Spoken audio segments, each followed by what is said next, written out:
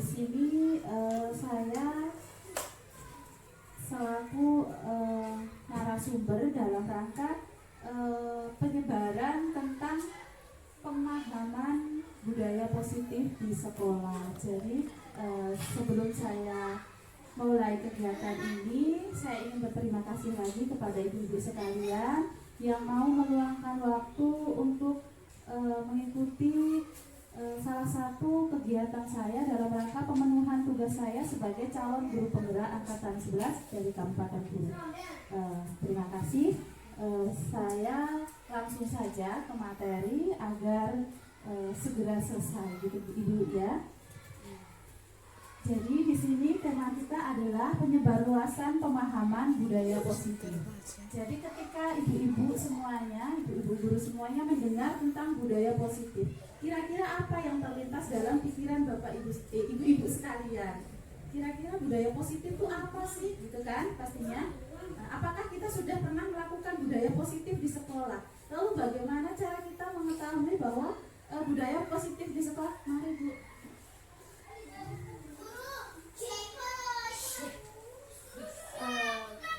Kita lanjut ya Ibu.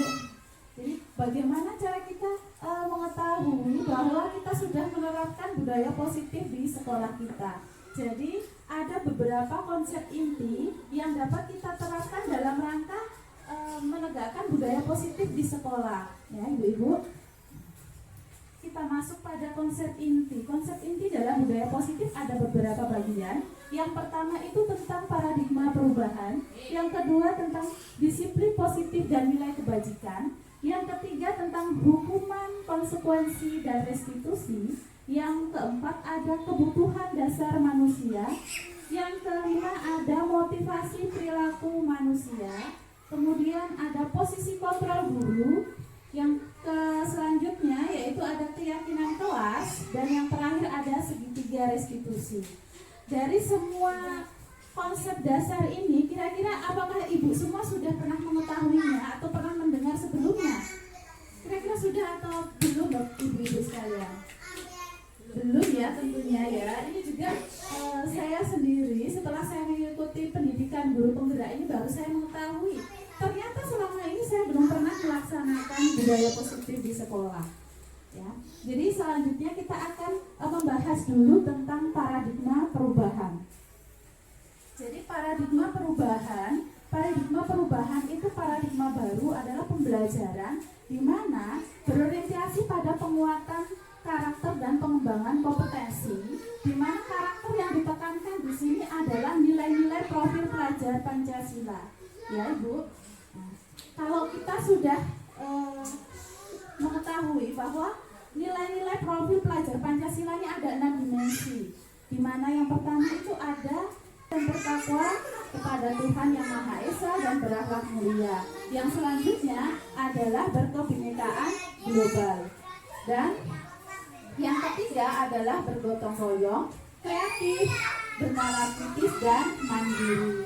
Ini semua ketika kita sudah melaksanakan kurikulum merdeka di sekolah kita, maka tujuan kita sebagai pendidik ini adalah nilai-nilai dari profil pelajar Pancasila. Bagaimana kita menciptakan peserta didik kita, murid kita memiliki karakter yang memiliki nilai-nilai profil pelajar Pancasila. Nah, untuk mewujudkan itu, maka kita harus menerapkan budaya positif. Jadi kaitannya untuk mendukung tercapainya tujuan pendidikan nasional, yaitu nilai-nilai profil pelajar Pancasila, maka kita perlu menanamkan budaya positif di sekolah. Lalu bagaimana kita menanamkannya? Nah, dengan paradigma perubahan. Paradigma perubahan seperti apa? Sebelum kita mempelajari budaya positif, kita akan berpikir kita kepada stimulus respon. Jadi pemikiran stimulus respon itu bahwa yang mengontrol orang lain adalah kita, ya Bapak Ibu ya. Jadi kita disuruh untuk beralih pada pemikiran stimulus respon kepada teori kontrol. Dimana kalau pemikiran stimulus respon itu yang dapat mengontrol murid itu adalah kita. Padahal sebenarnya yang dapat mengontrol murid itu adalah diri mereka sendiri, bukan kita atau orang lain, Bapak Ibu ya. Jadi dalam diri kita sendiri pun yang dapat mengontrol tentu kita sendiri kan, Ibu-ibu, bukan lagi orang lain ya. Jadi di sini kita harus mulai bergeser pemikiran kita dari stimulus respon ke teori kontrol. Jadi kita akan bahas selanjutnya yaitu stimulus respon dan teori kontrol. Sebelum kita membahas tentang stimulus respon kepada teori kontrol, di sini ada sebuah refleksi Bapak Ibu ya. Jadi kita bisa melaksanakan kegiatan ini yaitu cobalah buka. Jadi Bapak Ibu-ibu bisa menulis secari kertas tentang rahasia atau sesuatu hal yang berharga menurut Ibu-ibu sekalian. Jadi Ibu kepal dalam tangan Ibu. Kemudian ada rekan Ibu yang di samping Ibu berusaha untuk membuka dengan cara membujuk, menghardik atau mengiming-imingi sesuatu. Kira-kira Ibu mau membuka atau kita mempertahankan? Ya, di sini kita dapat mengetahui kenapa kita membuka tangan kita atau kenapa kita tetap menutup tangan kita. Kira-kira siapa yang memegang kontrol? Di sini kita bisa refleksi ya Ibu-ibu ya. Jadi ketika tangan kita terbuka, berarti kita sendiri ingin membukanya. Atau ketika tangan kita tetap tertutup, berarti kita memang ingin menutup tangan kita. Jadi inti dari sini bahwa teori kontrol itu benar adanya, di mana yang memegang kontrol atas diri kita ya diri kita sendiri, bukan orang lain. Jadi setelah ini kita mulai bergeser dari stimulus respon kepada teori kontrol. Jadi itu intinya Ibu-ibu ya. Selanjutnya ada ya. Ini adalah teori-teori tentang stimulus respon. Jadi stimulus respon di sini ada 4 macam, yaitu tentang ilusi guru mengontrol murid ya. Jadi selama ini kita selalu berpikir bahwa guru dapat mengontrol murid. Kenapa ini namanya ilusi guru mengontrol murid? Karena kita tidak bisa memaksakan murid melakukan sesuatu jika murid tidak memilihnya ya.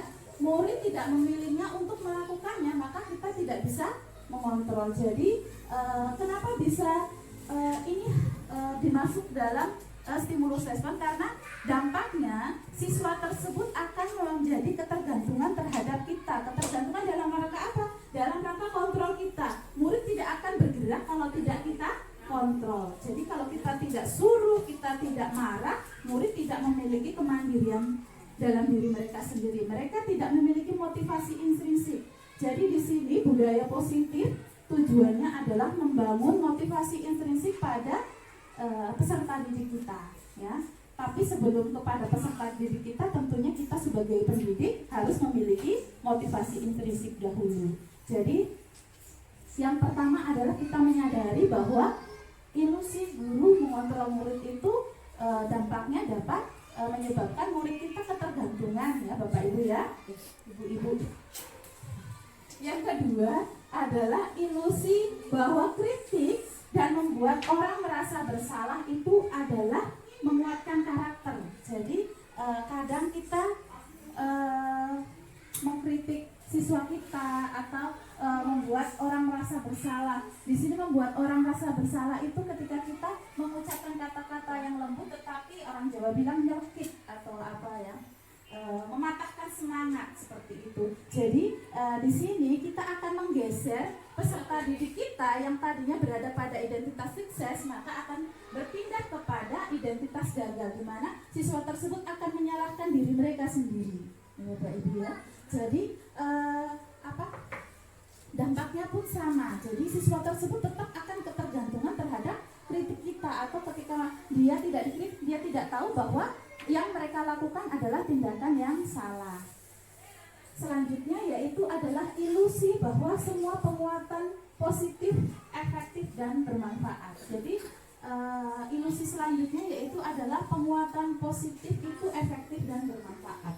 Jadi ketika ibu-ibu ingin menyuruh anak itu untuk mengulangi perbuatan atau tindakan yang sama, maka kita akan melakukan suatu bujukan atau iming-iming agar siswa tersebut mau mengulangi tindakan yang sama. Namun pada suatu waktu ketika siswa itu sadar, pasti siswa tersebut akan menolak ya ibu-ibu ya. Nah, mungkin dia akan menolak atau bahkan dampaknya sama seperti yang pertama tadi, yaitu mereka bergantung terhadap hadiah kita, terhadap iming-iming kita untuk siswa tersebut melakukan sesuatu. Jadi mereka belum memiliki motivasi dalam diri mereka, jadi belum memiliki motivasi internal ya ibu-ibu ya. Jadi dampaknya sama. Nah, terus yang terakhir adalah bahwa orang dewasa berhak memaksa. Jadi ini mungkin ibu-ibu di rumah atau di sekolah juga sering mengalaminya, bahwa ketika anak kita tidak mau mengerjakan PR, maka kita akan menghardik atau memaksa anak kita untuk melakukan sesuatu. Namun ketika kita jauh dari anak kita, mungkin anak tersebut tidak akan melaksanakan tugas yang kita berikan. Iya benar nggak Bu? Iya. Karena apa? Karena mereka belum memiliki motivasi di dalam diri mereka sendiri. Jadi dampaknya tetap sama, mereka ketergantungan terhadap orang tua, orang dewasa di samping mereka. Jadi intinya untuk kita bergeser dari stimulus respon ke teori kontrol ini adalah supaya kita dapat membangkitkan motivasi internal murid kita, ya Bu ya. Oke. Nah, selanjutnya, jadi dalam teori paradigma perubahan ini, bagaimana seseorang dapat mengubah pola pikirnya dari stimulus respon kepada teori kontrol. Berikut adalah tabelnya, mengubah paradigma perubahan kepada stimulus respon menjadi teori kontrol. Berikut adalah beberapa pernyataan atau pernyataan ya, instruksi yang dapat digunakan untuk kita membedakan teori kontrol dan stimulus respon. Ketika teori kontrol itu yang pertama itu realitas kita sama, sedangkan kalau pada teori kontrol itu realitas kita berbeda. Tentu kebutuhan kita masing-masing orang tentu berbeda, tidak ada yang sama kan Ibu ya. Jadi selanjutnya itu semua orang melihat hal yang sama. Kalau teori kontrol itu semua orang melihat hal yang berbeda. Jadi intinya dari stimulus respon dan teori kontrol itu adalah bahwa kontrol itu pada diri orang lain, tapi kalau yang stimulus respon itu orang lain yang mengontrol diri kita. Jadi terus yang terakhir itu adalah model berpikir. Model berpikir pada teori stimulus respon itu mereka adalah model berpikir menang kalah. Jadi biasanya di mana korban akan mendapat imbalan, sementara pelaku biasanya akan merasa bersalah, seperti itu dulu. Selanjutnya kita akan lanjut. Kalau pada teori kontrol itu biasanya, model berpikirnya menang-menang, di mana pelaku dan korban sama-sama mendapatkan istilahnya mendapatkan manfaat, ya ibu-ibu. Sekarang kita masuk pada konsep inti yang kedua, di mana ini adalah disiplin positif.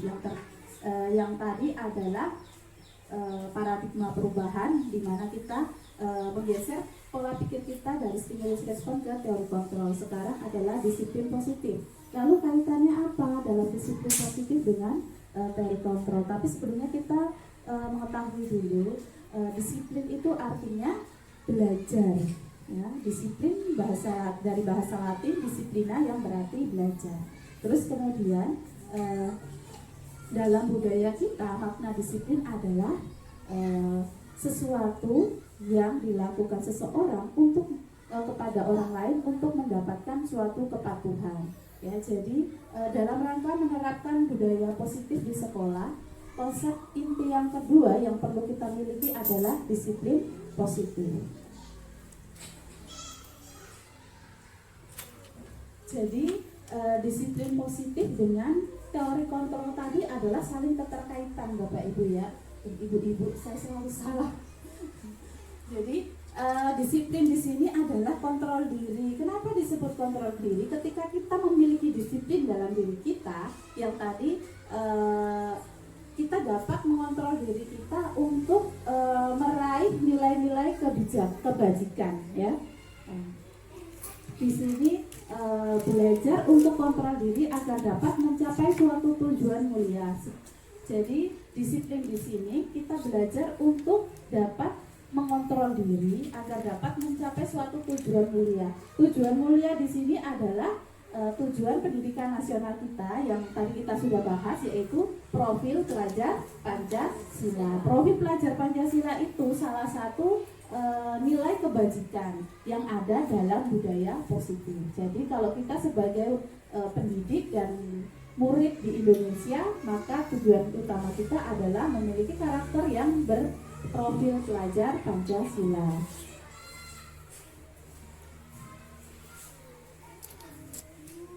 Selanjutnya kita masuk pada nilai kebajikan. Jadi disiplin positif dan nilai kebajikan ya tadi.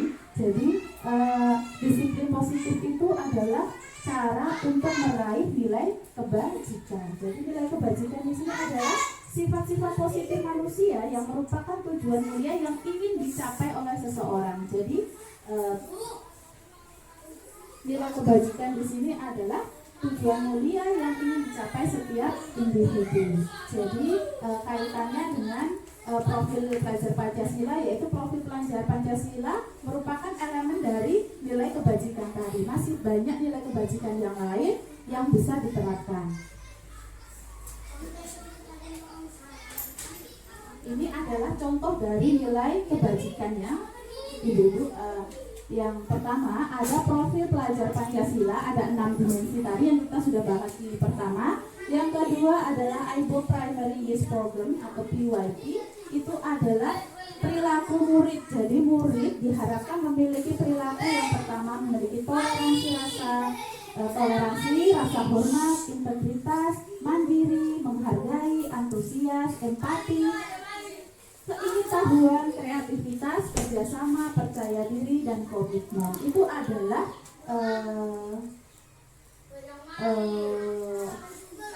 dari PYP yang harus dimiliki oleh siswa. Ya. Yang selanjutnya adalah keterampilan hidup atau life skill. Itu ada beberapa item juga. Yang pertama itu adalah nilai dapat dipercaya. Yang kedua lurus hati. Terus selanjutnya adalah pendengar yang aktif, tidak merendahkan orang lain, memberi yang terbaik bagi diri sendiri. Jadi itu adalah nilai dari keterampilan hidup. Jadi kita sebagai seorang individu berharap suatu saat dengan menerapkan budaya positif, maka kita dapat menerapkan nilai-nilai kebajikan yang sesuai dengan nilai-nilai profil pelajar Pancasila.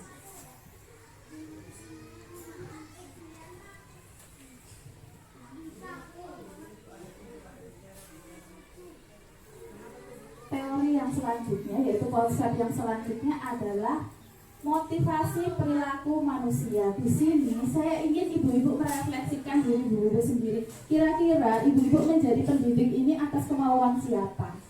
Atas kemauan sendiri kan? Iya. Jadi ketika itu atas kemauan sendiri berarti kan tidak ada yang mengiming-imingi, tidak ada yang memberikan hukuman. Jadi itu semua murni dari hati ibu-ibu sekalian. Jadi saya senang sekali karena ketika itu semua dari hati ibu sendiri berarti ibu-ibu sudah memiliki motivasi intrinsik. Jadi di sini kaitannya dengan 3 motivasi perilaku manusia.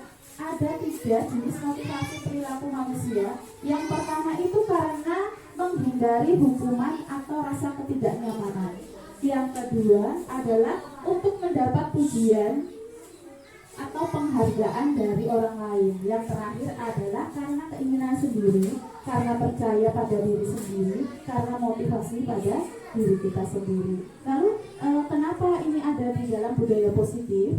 Karena tujuan kita adalah membangkitkan motivasi dalam diri kita. Jadi untuk membangkitkan motivasi dalam diri kita, maka kita perlu mengenali diri kita dulu sendiri. Saya melakukan hal ini kira-kira karena apa? Apakah saya karena takut hukuman, ataukah saya ingin mendapat penghargaan? Ketika saya berada di posisi itu, berarti saya masih belum memiliki motivasi internal. Tapi ketika saya sudah tidak terpengaruh oleh hukuman ataupun tidak terpengaruh oleh penghargaan, tapi niat saya sendiri, berarti ibu-ibu sudah dapat menerapkan motivasi dalam diri dan menerapkan budaya positif. Jadi diharapkan anak-anak kita juga dapat meniru hal seperti ini, ibu-ibu ya. Jadi anak kita datang ke sekolah tepat waktu, berlaku sopan dan santun itu bukan karena takut dihukum oleh ibu-ibu sekalian, tapi karena mereka memang sudah menerapkan budaya positif dalam diri mereka. Jadi mereka sudah memiliki motivasi, ya ibu-ibu ya. Jadi untuk mencapai seperti itu, untuk mencapai murid yang memiliki motivasi intrinsik, itu ada beberapa cara yang dapat kita lakukan.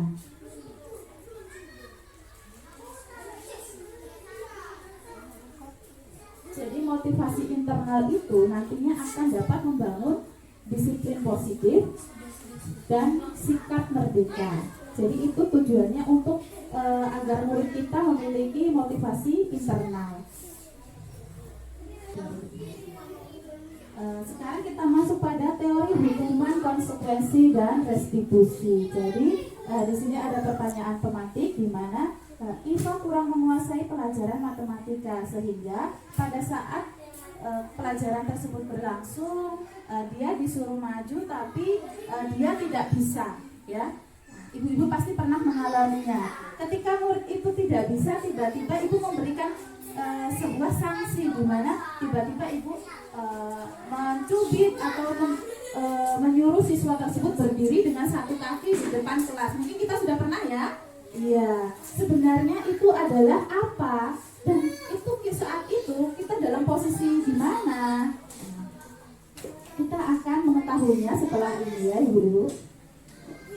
Nah, sekarang berdasarkan kasus tersebut, berdasarkan ulasan saya tadi, ketika siswa kita tidak mampu mengerjakan soal atau pertanyaan dari kita, terus kita memberikan secara tiba-tiba kepada siswa tersebut sebuah hukuman, maka apa ya? Posisi apa kita sebenarnya? Nah, sekarang kita mengetahui dulu pengertian dari hukuman. Hukuman itu dilakukan secara tiba-tiba, anak tidak tahu apa yang akan terjadi, terus dan tidak dilibatkan. Hukuman bersifat satu arah, yaitu dari guru ke murid. Jadi murid tidak diberikan kesempatan untuk membela, untuk mencari solusi, ibu-ibu ya.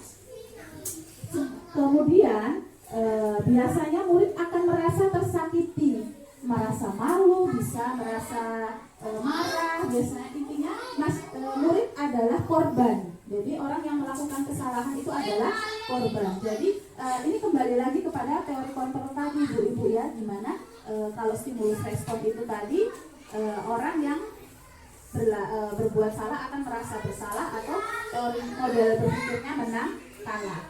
Nah sekarang selanjutnya ada konsekuensi. Konsekuensi itu apa ibu-ibu?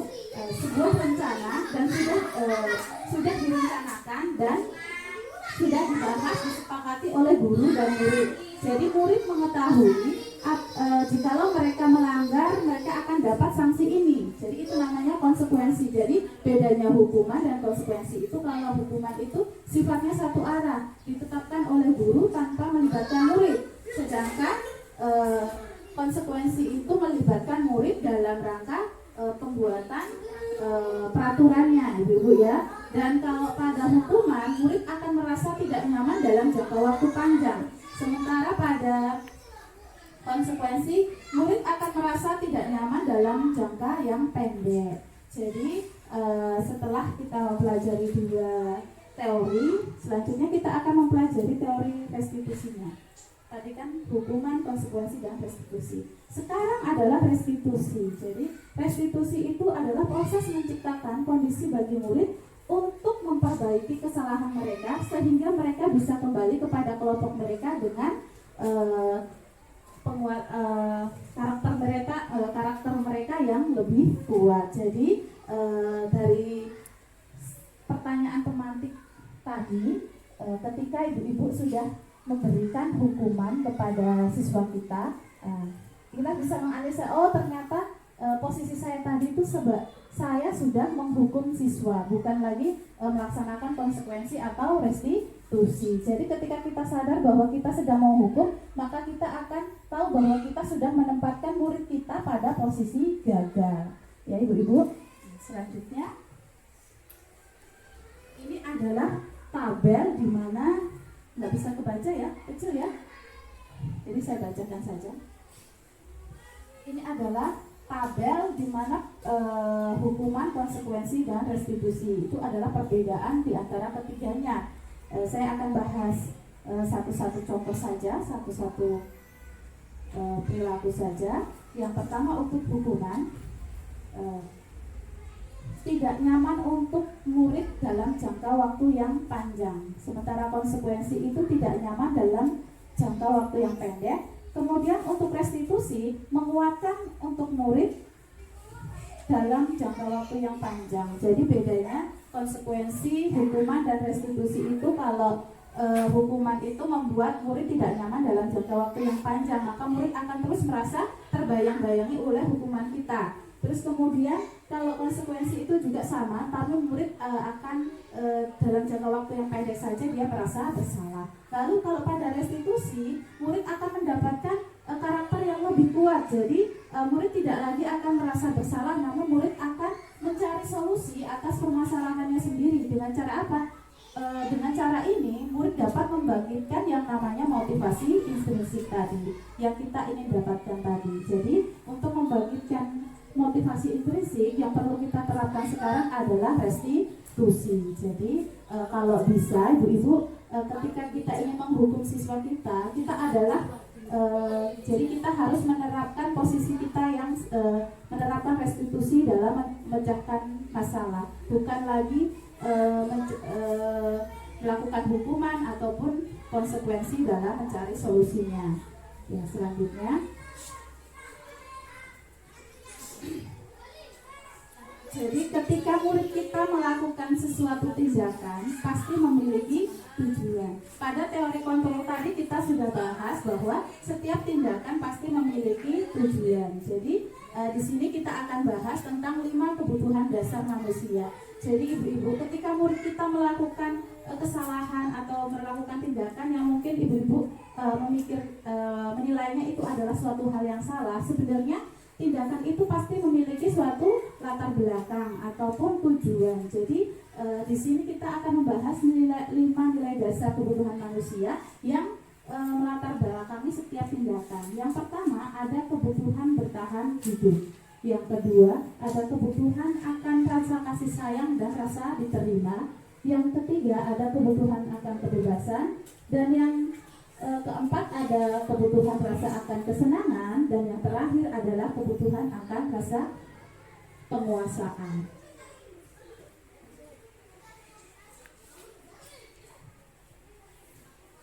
Kebutuhan akan bertahan hidup itu bersifat fisiologis, biologis, dan psikologis.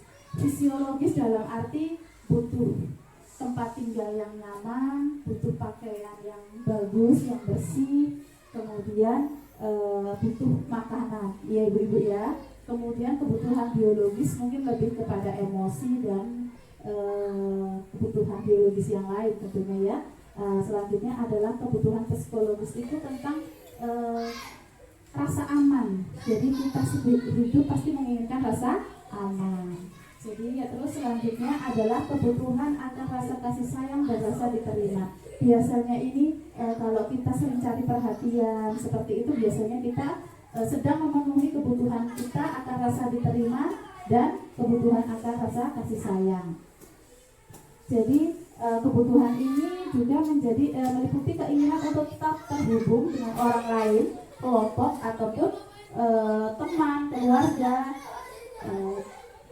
teman kerja dan sebagainya. Karena kebutuhan ini adalah bersifatnya kebutuhan yang psikologis juga, ibu-ibu ya.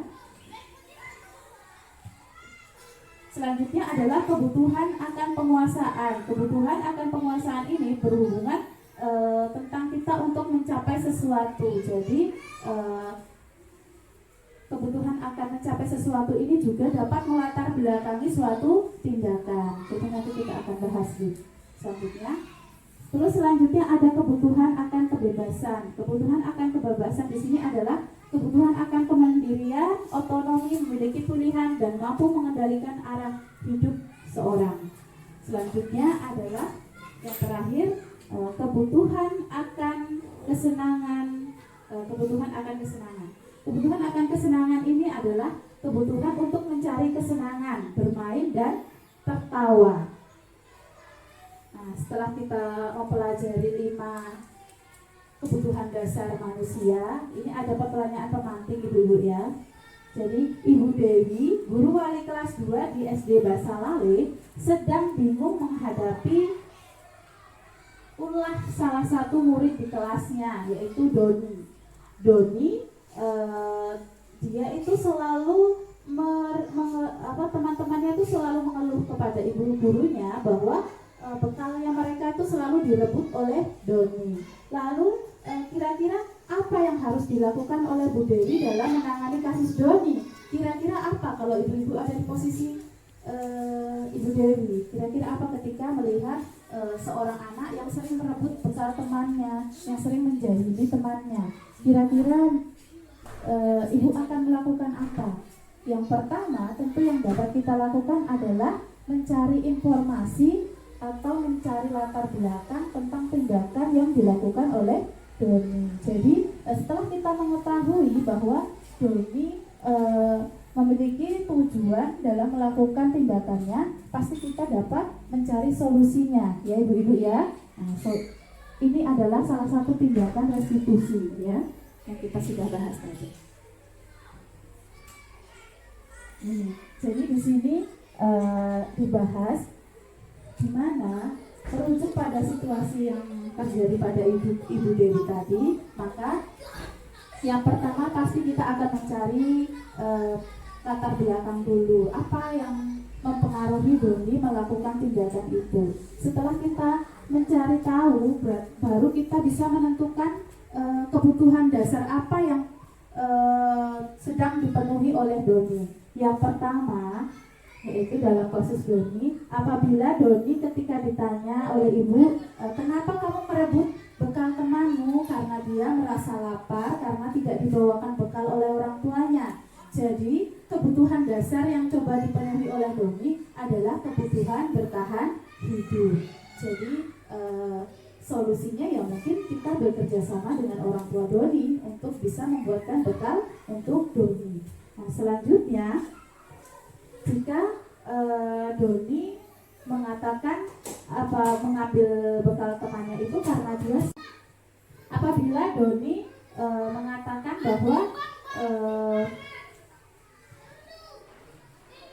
dia mengambil bekal temannya itu karena dia ingin temannya menuruti kemauannya, itu berarti Doni sedang memenuhi kebutuhan dasar akan penguasaan. Ibu-ibu, dia bisa mengontrol teman-temannya. Selanjutnya adalah kebutuhan dasar akan kebebasan. Jikalau Doni ketika ditanya itu dia bosan dengan makanannya yang itu saja, jadi dia pengen mencoba makanan yang lain, itu berarti kebutuhan dasar yang coba dipenuhi oleh Doni adalah kebutuhan akan kebebasan. Selanjutnya adalah apabila Doni senang melihat ekspresi lucu teman-temannya, dia bahagia, maka yang sedang dipenuhi oleh Doni itu adalah kebutuhan akan kesenangan. Jadi setelah ibu-ibu sekalian mengetahui tindakan atau yang melatar belakangi tindakan Doni, ibu bisa menentukan solusi. Kira-kira apa yang harus dilakukan seorang guru ketika muridnya seperti Doni. Jadi tidak harus langsung menghukum, menghardik Doni ya ibu ya. Selanjutnya sekarang, ketika pada kasus Doni tadi, jadi kan saya bertanya kira-kira apa yang akan dilakukan ibu-ibu. Nah sekarang ada 5 posisi kontrol guru. Yang pertama itu penghukum, yang kedua pembuat merasa bersalah, yang ketiga teman, yang keempat pemantau, dan yang terakhir itu manajer. Jadi ketika murid kita berperilaku seperti Doni tadi, kita sebagai contoh ya ibu-ibu ya, terus kita marah, menghardik, maka posisi kita adalah sebagai penghukum. Selanjutnya kita akan lihat pembuat merasa bersalah itu seperti apa, dan teman, dan selanjutnya. Lalu posisi yang ideal untuk kita itu seperti apa? Jadi yang pertama sekarang adalah penghukum. Jadi seorang bisa menggunakan hukuman fisik atau verbal. Jadi ketika kita berada pada posisi penghukum, maka kita lebih suka mencubit, itu bisa kita lakukan, atau dengan bahasa yang kasar, walaupun tidak memukul tapi dengan bahasa yang kasar. Kita sudah sering ya ibu ya melakukan itu ya, kita sadar diri ya. Selanjutnya adalah pembuat merasa bersalah. Biasanya suaranya itu lembut ya ibu-ibu ya, tapi menyakitkan seperti itu. Jadi siswa akan lebih tersakiti. Dia merasa wah, aku sudah berbuat ini, berarti mereka tidak percaya diri lagi ibu ya. Nah, selanjutnya adalah teman.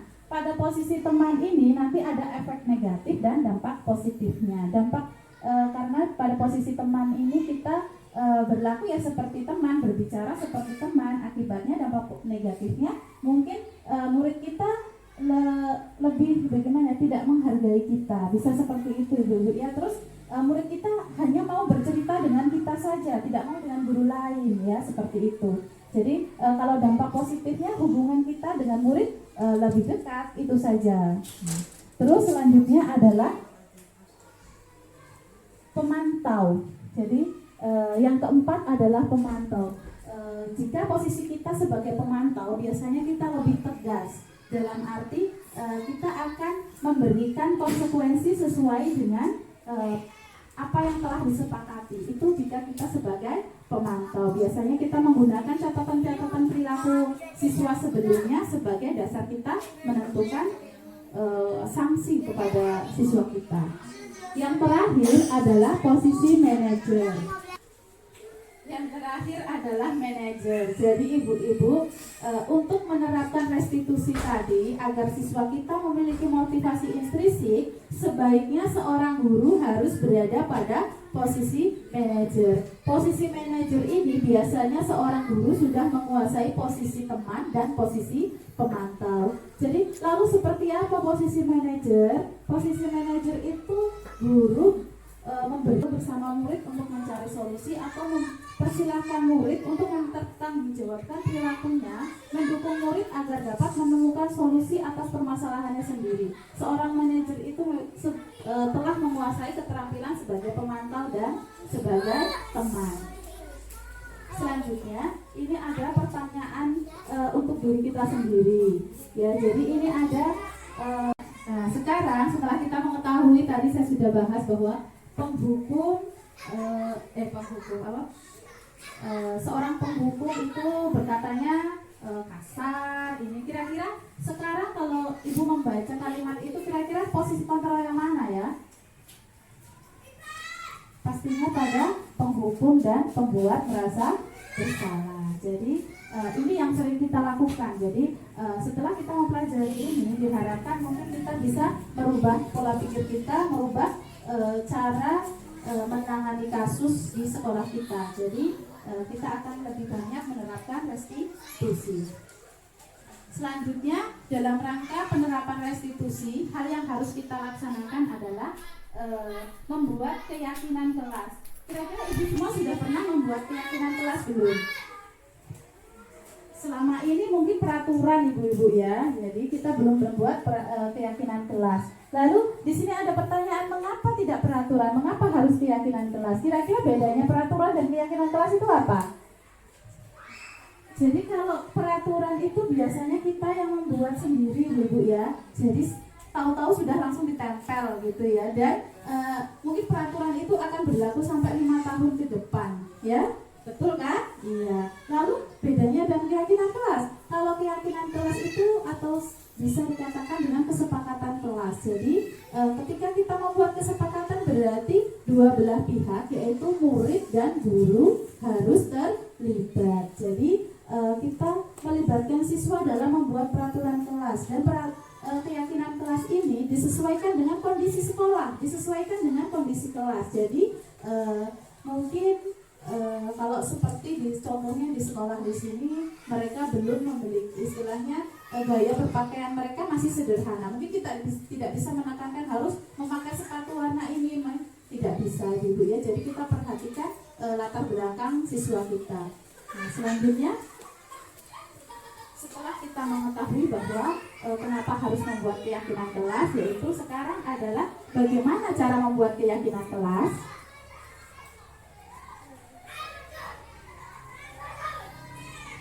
Oh iya, lupa. Ada pertanyaan romantik lagi. Jadi di sini mengapa kita perlu peraturan tentang penggunaan helm saat mengendarai roda 2 atau motor? Kira-kira mengapa? Ada nilai kebajikan apa yang tertanam dalam peraturan menggunakan helm? Tentu adalah nilai-nilai tentang keselamatan. Jadi intinya kesepakatan kelas itu setiap butirnya, setiap pernyataan yang dibuat dalam keyakinan kelas itu memiliki nilai-nilai kebajikan. Jadi kita setelah membuat dalam urutannya, biasanya kita membuat dulu peraturan yang disebutkan oleh siswa, biasanya kan bernada negatif dulu ya. Mungkin dilarang membuang sampah sembarangan. Nah, itu akan sulit diingat oleh siswa, tapi kita akan merubahnya dalam bentuk kesepakatan kelas, keyakinan kelas. Mungkin kita bisa menjaga kebersihan. Nah, terus kenapa harus menjaga kebersihan? Nilai apa yang dapat dipetik daripada menjaga kebersihan? Nah, kita akan sampaikan kepada murid kita bahwa menjaga kebersihan adalah memiliki nilai kebajikan, yaitu tentang kesehatan dan juga kebersihan. Jadi itu nanti mudah diingat bahwa untuk melaksanakan peraturan mungkin kata-katanya lebih panjang, kalimatnya lebih panjang, sehingga kadang siswa merasa tertekan, ya ibu-ibu ya. Jadi sekarang lebih baik kita membuat keyakinan kelas, karena untuk membangkitkan motivasi intrinsik, keyakinan kelas lebih efektif dibandingkan serangkaian peraturan. Ya, selanjutnya ini adalah cara bagaimana membuat sebuah keyakinan kelas. Yang pertama, keyakinan kelas itu harus bersifat abstrak. Abstrak di sini adalah merangkum semuanya. Jadi mungkin tentang tadi itu lebih abstrak lagi. Jadi satu kalimat itu bisa mewakili semuanya, ibu ya. Nah, selanjutnya adalah berupa pernyataan yang universal. Jadi bersifat universal di sini adalah bersifat umum, ya ibu-ibu ya, bersifat umum. Jadi contohnya tadi seperti menjaga kebersihan, seperti itu. Nah, selanjutnya dibuat dalam kalimat positif. Jadi tidak ada lagi kalimat negatif seperti dilarang membuang sampah, sudah tidak kita gunakan lagi, ibu ya. Nah, selanjutnya yaitu kalimat lebih sedikit agar mudah diingat. Jadi tentang tadi dilarang membuang sampah sembarangan, harus menjaga kebersihan kelas, kita bisa membuat pernyataannya dengan cara menjaga kebersihan. Selanjutnya yaitu adalah sesuai dengan kondisi kelas. Iya, tadi sudah dikatakan bahwa sesuai dengan kondisi kelas. Jadi kita membuat keyakinan kelas kita itu harus disesuaikan dengan latar belakang. Selanjutnya yaitu adalah melibatkan semua anggota kelas. Jadi siswa berperan aktif dalam membuat keyakinan kelas. Jadi kita berdiskusi dengan siswa kita, kira-kira mereka ingin peraturan kelas yang seperti apa. Jadi guru memberikan kesempatan kepada murid kita untuk mengekspresikan hal-hal yang mereka inginkan, sehingga itu akan lebih mudah diingat oleh murid kita. Beda kalau kita yang bikin, pasti murid kan tidak tahu ya ibu-ibu ya. Nah, selanjutnya yang terakhir adalah ditinjau dari waktu ke waktu. Jadi karena sifatnya ditinjau dari waktu ke waktu, berarti setiap saat kita selalu menyesuaikan keyakinan kelas kita. Mungkin yang lalu kita belum memiliki gedung yang bagus atau belum ada peralatan yang bagus, sehingga kita tidak perlu menjaga peralatan. Tapi ketika kita memiliki itu, berarti kan peraturan keyakinan kelas kita harus dirubah. Selanjutnya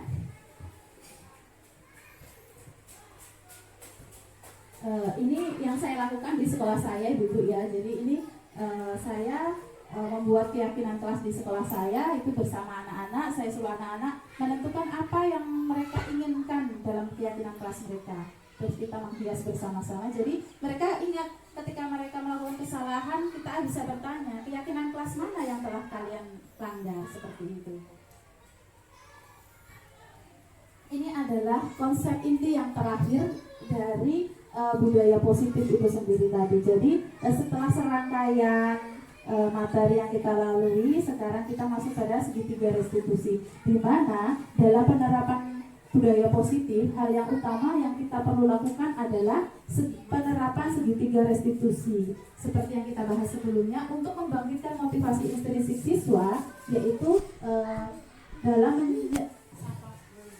menemukan solusi atas permasalahan, maka kita perlu menerapkan segitiga restitusi, bukan lagi sebuah hukuman atau konsekuensi, karena segitiga restitusi bersifat untuk mencari solusi dan memberikan penguatan karakter. Di sini segitiga restitusi ini memiliki 3 sisi. Sisi yang pertama yaitu menstabilkan identitas, dan sisi yang kedua yaitu validasi tindakan yang salah, dan yang terakhir adalah menanyakan keyakinan.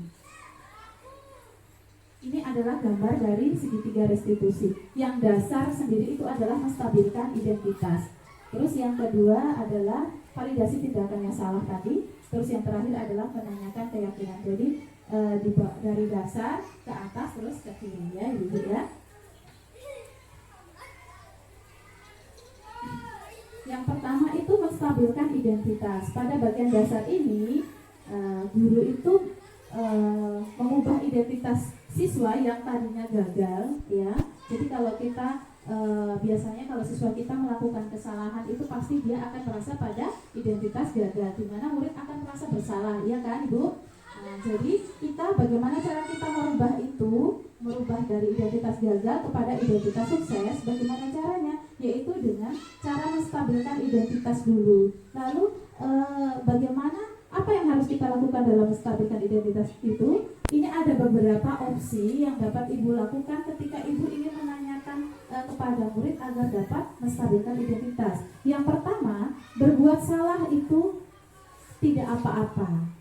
Yang kedua, tidak ada manusia yang sempurna. Jadi ketika anak kita melakukan suatu kesalahan, ketika kita ingin menstabilkan identitas mereka, maka kita perlu memberikan penguatan. Yang pertama yaitu kita bisa menggunakan opsi bahwa berbuat salah itu tidak apa-apa. Jadi ketika murid mendengar itu, mungkin murid akan merasa, oh berarti saya bukan lagi bisa memperbaiki diri saya, begitu Ibu ya. Bukan siswa tersebut merasa pesimis, tidak. Jadi kesalahan saya berarti saya bisa memperbaikinya, seperti itu. Selanjutnya yaitu adalah validasi tindakan yang salah. Ya, jadi ada 3 tahapan dalam rangka menuju validasi tindakan yang salah. Yang pertama, setiap tindakan yang dilakukan siswa itu pasti memiliki tujuan. Sama tadi yang kita bahas tadi sudah, ini jadi saling keterkaitan dulu ya. Jadi setiap tindakan yang dilakukan orang itu pasti memiliki tujuan. Tujuannya apa? Yaitu kebutuhan dasar tadi. Ketika kebutuhan dasar tidak terpenuhi, maka seseorang pasti melakukan tindakan untuk memenuhinya. Yang kedua, guru harus bergeser dari teori stimulus respon kepada pemikiran proaktif. Pemikiran proaktif itu bagaimana Ibu? Jadi pemikiran proaktif itu guru harus bisa menggali lebih dalam kira-kira apa yang melatar belakangi siswa tersebut melakukan tindakan itu, ya Ibu ya. Dan yang terakhir adalah mengenali dan mengakui tindakan murid akan memperbaiki hubungan. Jadi kita harus mengakui bahwa semua tindakan murid bisa memperbaiki hubungan. Jadi ada beberapa kalimat yang dapat ibu-ibu gunakan dalam rangka validasi tindakan yang salah. Yang pertama, padahal kamu bisa melakukan hal yang lebih buruk daripada itu. Terus yang selanjutnya yaitu kamu pasti punya alasan mengapa kamu melakukan hal itu. Ya, ibu-ibu. Jadi ini adalah validasi tindakan yang salah. Itu kita harus menggali alasan kenapa siswa tersebut melakukan hal-hal itu, melakukan sesuatu tindakan. Yang terakhir adalah menanyakan keyakinan. Dan yang terakhir adalah menanyakan keyakinan. Menanyakan keyakinan ini adalah ketika kita sudah membuat kesepakatan kelas, pasti siswa tersebut akan mengingat nilai-nilai kebajikan yang telah mereka sepakati, ya ibu-ibu ya. Jadi ketika mereka melanggar atau berbuat suatu kesalahan, kita bisa menanyakan kembali apa keyakinan kelas yang mereka langgar. Ketika kita sudah melakukan itu, otomatis siswa kita akan selalu mengingat keyakinan kelas yang telah mereka sepakati. Jadi di sini ada 3 tahapan. Yang pertama, berdasarkan teori kontrol bahwa kita pada dasarnya termotivasi secara internal. Jadi menanyakan keyakinan ini bahwa kita bisa memiliki, kita semua itu memiliki motivasi internal, yaitu tadi dengan membuat keyakinan kelas. Selanjutnya yaitu murid diberi pertanyaan-pertanyaan bermakna untuk memunculkan motivasi intrinsik. Nah, kemudian murid mengaitkan keyakinan kelas dengan tindakan yang salah. Jadi pertanyaan yang bermakna di sini dapat kita gunakan adalah apa yang kita percaya sebagai kelas atau keluarga, nilai-nilai apa yang telah kita sepakati. Terus selanjutnya adalah apa bayangan kita tentang kelas yang ideal.